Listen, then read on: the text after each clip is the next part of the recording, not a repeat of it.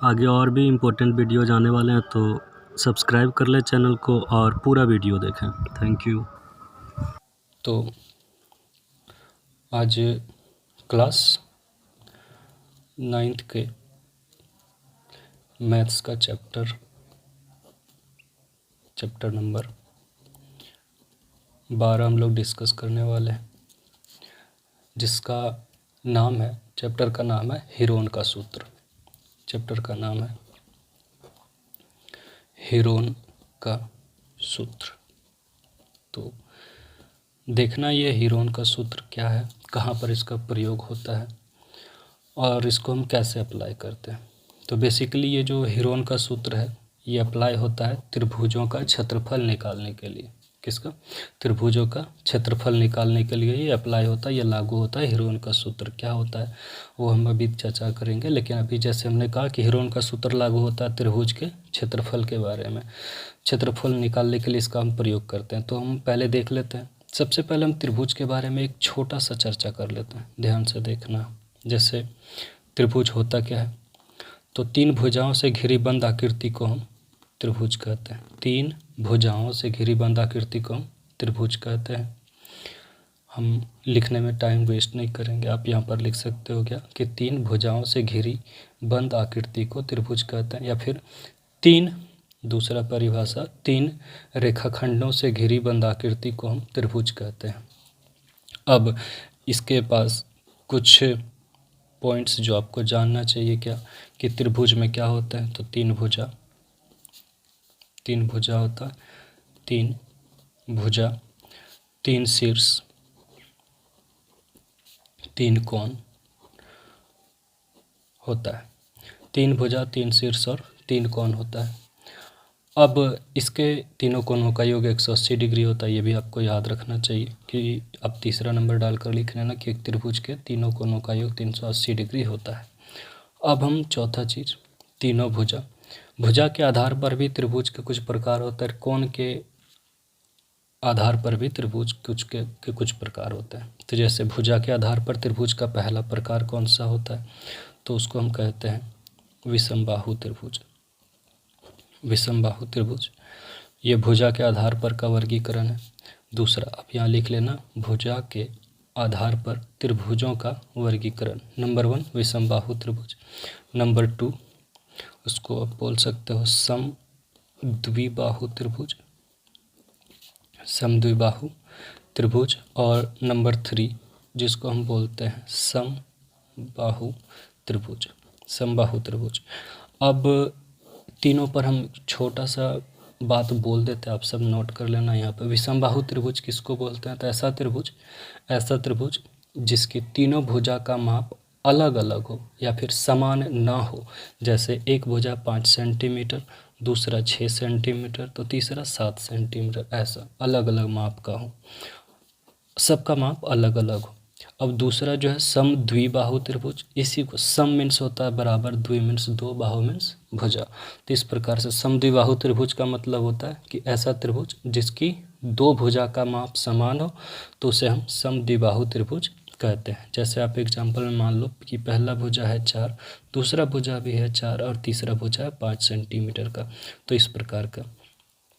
अब ये लास्ट तीसरा क्या बचा, समबाहु त्रिभुज। समबाहु त्रिभुज किसको कहते हैं, तो अब नोट कर लेना, ऐसा त्रिभुज जिसके तीनों भुजा का माप समान हो उसे हम समबाहु त्रिभुज कहते हैं। लेट एग्जाम्पल कि एक भुजा का माप 6 सेंटीमीटर है, तो दूसरा भी 6 का ही होगा और तीसरा भी 6 का ही होगा। ये तीनों आपको याद रखना है कि विषमबाहु किसको बोलते हैं, जिसकी तीनों भुजा का माप अलग अलग हो। समद्विबाहु किसको बोलते हैं, जिसकी 2 भुजा का माप समान हो। और समबाहु किसको बोलते हैं, जिसको तीनों भुजा का माप समान हो। इसमें तीनों बराबर, इसमें 2 बराबर, इसमें 1 भी बराबर नहीं। तो अब चलते हैं आगे, इसका हमको ज़रूरत पड़ने वाला है आगे चल करके। अब मैं यहाँ पर हीरोन का सूत्र लिखने वाला हूँ, हीरोन का सूत्र लिखने वाला हूँ। तो ये पहला, ये तीनों आपको याद रखना, विषमबाहु त्रिभुज, समद्विबाहु त्रिभुज और समबाहु त्रिभुज। तो ये पहला विषमबाहु, मो तो छूट गया था हमसे लिखने के लिए। विषमबाहु, ये विषम फिर ऐसे करके विषमबाहु त्रिभुज। गलती लिख दिए थे हम, मौ छूट गया था। तो इस प्रकार से तीनों याद रखना हमको। अब हम हीरोन का सूत्र लिखने वाले हैं। तो हीरोन का सूत्र अप्लाई होता है किसी इन तीनों में से किसी भी प्रकार का त्रिभुज हो, तीनों का क्षेत्रफल निकालने के लिए हम उसका प्रयोग करते हैं। तो देखते हैं आगे हीरोन का सूत्र क्या है। ये हीरोन का सूत्र लिखने वाले हैं हम। हीरोन का सूत्र, हीरोन का सूत्र क्या है? तो हीरोन का सूत्र ये है, इसमें हम हीरोन का सूत्र अप्लाई होता है त्रिभुज का क्षेत्रफल। त्रिभुज का क्षेत्रफल निकालने के लिए त्रिभुज का क्षेत्रफल बराबर क्या होता है फॉर्मूला? तो हीरोन का सूत्र कहता है कि आप ऐसे निकाल सकते हो S into S minus A, S minus B, S minus C. अब ये ए बी सी क्या है भाई, ये एस क्या है? आपको ये अगर दिक्कत हो रहा है तो आप तुरंत देखो। एस मीन्स आपको मानना ये होता है अर्ध परिमाप। एस मीन्स अर्ध परिमाप। अब ये ए बी सी ये त्रिभुज की तीनों भुजाएं, तीनों भुजाओं का माप, तीनों भुजाओं का माप है ये।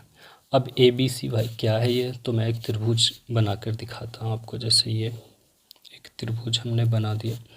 जैसे मान लीजिए ये 5 सेंटीमीटर है और ये मान लीजिए 6 सेंटीमीटर और ये 7 सेंटीमीटर, 5 6 7 ए बी सी।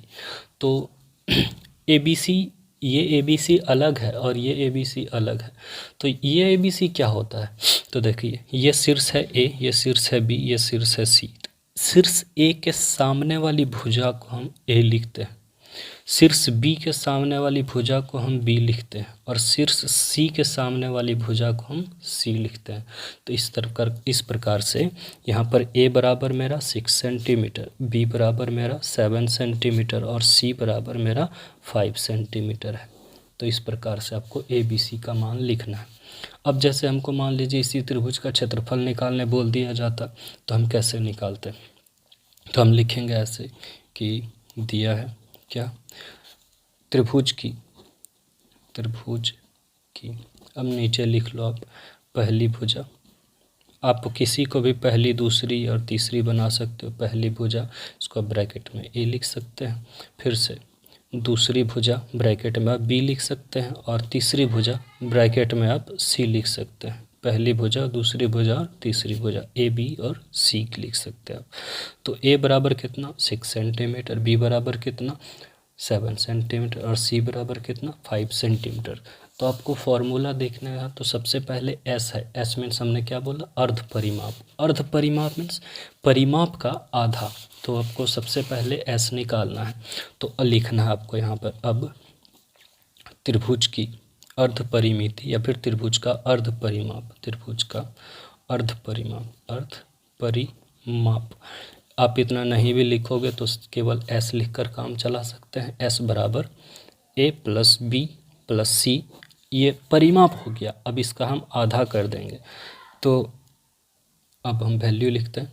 तो ये ए प्लस बी प्लस सी परिमाप और बट्टे 2 कर दिए, मतलब आधा कर दिए, तो अर्ध परिमाप। तो एस बराबर ये फॉर्मूला आ गया, ये भी आप नोट कर लेना और याद करना। तो ए का मान 6, बी का मान 7 और सी का मान 5 बट्टे 2। तो कितना हो गया 6 7 13 और 5 18 बट्टे 2। जब इससे 2 से काटे तो 9 आया। तो इस प्रकार से मेरा एस आया, एस बराबर 9। अब हम त्रिभुज का क्षेत्रफल निकालते हैं। तो मैं यहाँ निकाल लेता हूँ, आप आगे करना। अब त्रिभुज का क्षेत्रफल या फिर आप ऐसे लिखो आप अब हीरोन के सूत्र से त्रिभुज का, नीचे लिखते हैं ऐसे करके, त्रिभुज का क्षेत्रफल बराबर हीरोन के सूत्र से त्रिभुज का क्षेत्रफल बराबर फॉर्मूला पे एक बार लिख दो S into S minus A into S minus B into S minus C. तो अब लिखते हैं एस का वैल्यू क्या आया मेरा 9 इंटू 9 माइनस ए का मान आप वहाँ से देख लो 6, बी का मान 9 माइनस 7 और 9 माइनस 5। तो इस प्रकार से हमने s into S minus A, S minus B, S minus C लिख दिया। तो अब जो बचा आप ऐसे करके लिखो 9 इंटू 9 में 6 गया 3, फिर 9 में 7 गया 2, फिर 9 में 5 गया 4। अब क्या करेंगे, ये तो बहुत बड़ा चीज़ आ जाएगा, तो आपको मल्टीप्लाई करने में टाइम वेस्ट नहीं करना, मल्टीप्लाई नहीं करना, आपको क्या करना है, सबका अभाज्य गुणनखंड से गुणनफल के रूप में लिख देना, जैसे पिछले वीडियो में बता चुका हूँ। कैसे, जैसे 9 को क्या लिख सकते हैं 3 × 3, एक और 3 है यहाँ पे, एक 2 है मेरे पास, और ये 4 को क्या लिख सकते हैं 2 × 2। तो अब जो बाहर आता आप निकाल लो, 2 ठो 3 है तो एक 3 बाहर आ गया, फिर 2 ठो 2 है तो एक ठो 2 भी बाहर आ गया, लेकिन ये अकेला बच गया, ये अकेला बच गया, इसका कोई जोड़ा नहीं है, इसका कोई पेयर नहीं है, तो ये रूट के अंदर ही रहेगा। कौन कौन सा चीज़ रूट के अंदर रह गया, तो ये 3 और ये 2 रूट के अंदर रह गया, 3 × 2 = 6 और बाहर में आ गया 3 × 2 = 6। तो इस प्रकार से मेरा आया 6√6 सेंटीमीटर स्क्वायर, ये आया इस त्रिभुज का क्षेत्रफल। तो इस प्रकार से इसका एरिया में क्षेत्रफल, तो क्षेत्रफल कितना आया 6√6 सेंटीमीटर स्क्वायर। तो ये था हेरोन का सूत्र, जिसको अप्लाई करके हम किसी भी त्रिभुज का क्षेत्रफल निकाल सकते हैं। इस प्रकार से आप लिख के बनाओगे तो आपको ज़्यादा अच्छा लगेगा, अब ज़्यादा अच्छा होगा। आपको पता होगा कि क्लास 9th का जो भी होता है ऑब्जेक्टिव में एग्ज़ाम होता है, लेकिन क्लास 10th का एग्ज़ाम अभी भी सब्जेक्टिव होता है। तो आपको लिखने की प्रक्रिया याद रखनी चाहिए कि हमको लिख के ही बनाना चाहिए। आप हमेशा शॉर्टकट नहीं अपनाओ, ताकि आगे की परीक्षा में आपको मदद मिल सके।